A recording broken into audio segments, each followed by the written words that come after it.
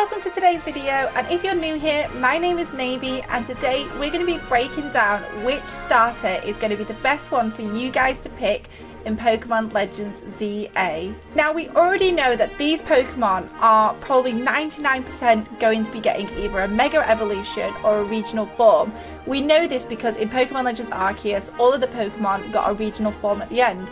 And to me, personally, it only makes sense that all these Pokemon are probably going to be getting Mega Evolutions. I know people are actually split on if they're going to be getting Megas or regional forms, but for me, it makes more sense that they're going to get Megas. So let's start with the most controversial pick, Chikorita.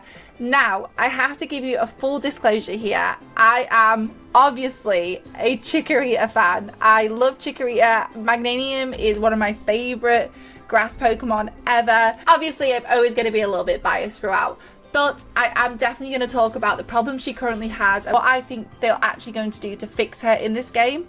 So let's talk about why she has such a bad reputation in the games. So I have a list here of the things I've written down on kind of what is bad and what is good about her. But let's start off with the bad. She has really bad offense. Her base stat is 62 attack and 83 special attack as a Magnanium, which is painful compared to like other starters such as like Typhlosion, Feraligatr within her region. Grass moves are also resisted by 7 types: fire, flying, poison, bug, dragon, steel, and grass itself. So grass as an actual typing is notoriously known for being quite a rubbish one because of the amount of other types that resist it. She is actually quite slow, so she has an 80 speed. This means that she's outsped by most of the sweepers within the game. She has a terrible coverage, so move pool is around 90%. When I mean like terrible coverage, I mean like coverage in terms of like what moves that she can actually learn. So her move pool is around 90% grass type, so Razor Leaf, Solar Beam, etc. She has no secondary strong stab, just Earthquake and Body Slam that she can actually learn through TMs within the game. She is weak to the common types such as fire, ice, flying, bug, and poison, which is basically everywhere within competitive play. She's outclassed by many other grass types, so such as Venusaur and, for example, even Roserade. They do everything better compared to her. Wait, because she does have a couple of things that are going for her. So she has a solid bulk. I know when I used Chikorita in Pokemon Crystal, I used it all the way through. I used it throughout the Elite Four. And one of the things I noticed about her is that her bulk, she was so tanky. She could tank like a move that was maybe super effective against her and not get one-shotted. So she has 100 defense, 100 special defense, which means that she is great for tanking. She has some good support moves, so she has Light Screen, Reflect, she has Synthesis, and she has a really good stall potential. Like, and that's how I used her within my playthrough originally, such as like Leech Seed, Toxic, and things like that.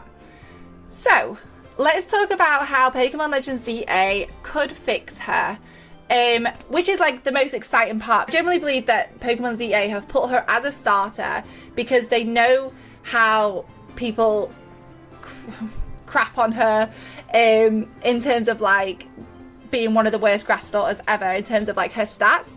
So I know that these are definitely going to be bulking her up to the max. This will be either through her Mega Evolution or her regional variant. So this is what I'm predicting. So I predict that her new typing is going to be Grass and Fairy, which I think is the most rumoured one. And the reason I think that this is because, well, it just makes sense because I generally think she looks like she would just suit a fairy type, and that's like just a personal opinion, like with Magnanium and the flowers.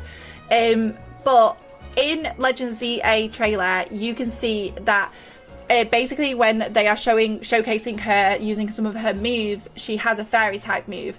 So why would they put a fairy type move for a Pokemon that isn't going to be a dual fairy type? I just feel like it was a huge hint to what they're going to bring for her. So let's talk about it like she is going to be having a grass fairy typing when she gets to Magnanium. So this will mean that she will resist 6 types. I mean, she could even get it for Bayleaf as well, but let's presume Magnanium. So this means that she resists 6 types, which would be water, electric, grass, ground, dark, and fighting. Be immune to dragon completely. Weaknesses: she will be weak to poison 4 times, fire, ice, flying, and steel. But the big win for her having the fairy dual typing is that the fairy stab such as Moonblast, ground coverage such as Earth Power would destroy poison steel types. So it would make poison less threatening to her. Buffs, so basically we all know that they get 100 plus on their stats, don't they, when they're a mega evolution. So this would likely go into the HP, the special attack and the defense. And I think the ability they should give her probably would be something like thick fat. So this removes the fire and ice weaknesses, which would make her like the ultimate tank. They could definitely change up her move pool with this. So obviously things such as like the Giga Drain for the sustain, the Moon Blast for like the stab, Earth Power for like the coverage as well. So if this was to happen, Chikorita would be an unstoppable beast. Like, honestly, she would be unstoppable. Like, we know right now that Chikorita is probably the riskiest pick, but if Legends Z-A gives her these buffs, she would dominate. I definitely think that she is going to be a solid choice for anyone. But let's go through Totodile and Tepig, and then we can come to a conclusion at the end, like which one we think is going to be the best to choose. So let's move on to Totodile. This Pokemon is probably one of the most loved water starter Pokemon ever. He is extremely cute, but he's also an absolute beast. So obviously he is a water type as it stands right now. He's a physical powerhouse. He is much better than Chikorita as it stands in the current stats that they have. Totodile's line has always been solid, but Legends Z-A could definitely push it to new levels and maybe even make it broken. So, why Totodile is already so good. So he has 105 attack and sheer force, which is like a hidden ability. That equals 30% boosts to moves like Waterfall, Crunch and Ice Punch. He is a Dragon Dance sweeper already, so if you set up a Dragon Dance on him, he can basically sweep a whole team. He has quite low speed. He needs a Dragon Dance set up. So once he has a Dragon Dance set up, its 78 speed issue turns into basically a late game nightmare. He has insane coverage with his move pool. So he has Ice Punch, he has Earthquake and Superpower, he has Aqua Jet, and he's actually surprisingly bulky. He's 85, 183 defenses, mean that he can tank a hit before sweeping as well. The joy of like having a Pokemon like that, it means that you can risk a hit, set up your Dragon Dance, and then just basically wipe a whole team. So that's like the good thing about having like a sweeper. No Pokemon is perfect. He is slow without the setup, so he has a 78 speed. He's basically outsped by pretty much anything. He's weak to grass and electric, two very common offensive types, and he has no recovery. Now you're wondering, what could Legends Z-A do to Totodile? So, because he's already so good, like, what could they actually do? If he was going to get his Mega Regional form, I think they would probably go for like a Water Dark typing. Obviously, this is subjective to what I think they're going to go for, but obviously it's not 100%. This new typing basically resists 6 types: Fire, Water, Ice, Ghost, Dark, and Steel versus the original 4. And also now be immune to Psychic.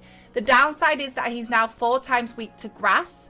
But hey, like, you can't, you can't, everything's going to have a downside to it, isn't it?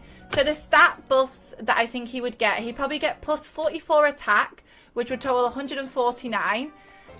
He would probably get an increase in speed, which would be 31, so he maybe isn't as reliant on the Dragon Dance setup. Plus 15 to the HP, the bulk and setup. The dream moveset I would probably want on him would be something like Sword Dance, Liquidation, Crunch, and Aqua Jet. You've got your priority move there, you've got Crunch as your stab, Liquidation, which is sheer force boosted stab. Sword Dance to obviously increase attack. Won't need the speed boost anymore, so you could focus more on increasing his attack rather than his speed as well. So with these changes, Feraligatr obviously becomes one of the top tier sweepers that's impossible to kill. So yeah, definitely I think if anyone who picks Totodile, they're definitely going to be in with a really good Pokemon. Whatever they do to him, he's already such a good Pokemon that any changes that they make to him probably is just going to benefit him like again and again and again. Like, I wouldn't worry too much about it. So if you are a Totodile lover, I can't see too much risk with picking him as a starter, that's for sure. So let's move on to Tepig, and then we'll come to some sort of conclusion. So as you guys know, that Tepig is the fire starter, but he's actually one of the only ones in this list that already has a dual typing, which we'll touch on in a minute. Tepig, the fire starter, is actually a powerful low physical attacker. his breakdown of his strengths and his weaknesses are. So the good things about Tepig is that he's a high attack power. Ember has a massive 123 attack stat, making it one of the strongest fire type physical attackers today. Strong stab moves such as Flare Blitz, Heat Crush and Wild Charge to hit hard. He has a great coverage of moves. Unlike the fire types, Ember gets fighting stab. Oh, I didn't even mention. He's... So yeah, I forgot to mention that he actually is a dual typed, like I said already, but it's hitting fire. So that also gives him already some great coverage with fighting stab types such as like Hammer Arm, Superpower, Brick Break. Also learns Scold and Grass Knot. And Heat Smash as well in later gens. So he is like just so versatile. He has good abilities, so Blaze, fire moves at low HP, decent for as clutch moments. Reckless hidden ability, powers up Flare Blitz, Wild Charge and Head Smash, making Ember even more dangerous. And he also is like obviously a solid bulk. 110 65 defense and 65 special defense, which basically means that he can take a hit before striking straight back. The bad things about Tepig is he has a terrible speed, as I've just mentioned before. He doesn't have the most fantastic speed. He has 65, so he's one of the slowest fire starters, meaning it often gets hits before attacking, but obviously they mitigate that with making him so bulky. He's weak to common types, so fire fighting is weak to water, ground, flying, psychic and rock, all common in competitive plays. The recall damage issue, so obviously he has these really hard hitting moves such as Flare Blitz, Wild Charge and Reckless, but this deals massive damage but also hits back and will take Ember's HP down pretty quickly. So he's definitely quite balanced, but he definitely has like his issues. It's really hard to understand kind of what they're gonna do to him, because obviously he has that fire fighting. I actually think they're gonna change it up. They're probably gonna make him something like a fire steel, so something completely different. Steel would give Ember 9 resistances, covering half of all the types in the game, and 1 immunity. It would also reduce the weaknesses from 4 down to just 3, making it more defensively viable. For stats, he could have a boost of plus 20 HP, plus 20 attack, and plus 30 defense, and plus 30 special defense. Make it out as a formidable physical attacker. Ability, I think Reckless should stay because that's his current ability. Reckless increases the power of the recall moves by 20%, trading survivability basically for even more damage. Obviously, sometimes this is at the cost of his own health, so they could definitely reimagine him in a different way, but this is how I imagine that they might take him. After our analysis, which one do you guys think that you will be picking in Pokemon Legends Z-A? I really think, and I know you guys are gonna be like, oh, it's so biased, but like I really think Chikorita is going to be a good pick for anyone, because she is not going to stay the way she is. They're going to buff her, such an OP typing, and I can't imagine her not being just buffed to the hills. So I know I'll definitely be picking Chikorita. But also I feel like Totodile and Tepig are both solid options. They're going to do some crazy stuff with them, so I wouldn't worry. I feel like all of them are great options, but yeah, I would say probably Chikorita, Totodile, Tepig are probably like my rankings. But it completely depends on like your play style. Like, what do you prefer? Do you prefer a sweeper? Do you prefer someone who's really tanky that deals out loads of damage? Do you prefer like a staller, like a Chikorita? Like, it completely depends on like what you prefer as a Pokemon and as a play style. But please let me know in the comments. I would love to hear what you guys think of this video, what you guys think you're gonna choose, and yeah, make sure you hit that like, subscribe, and stay tuned for even more Pokemon content over here on my channel. Until next time, guys, I'll catch you later.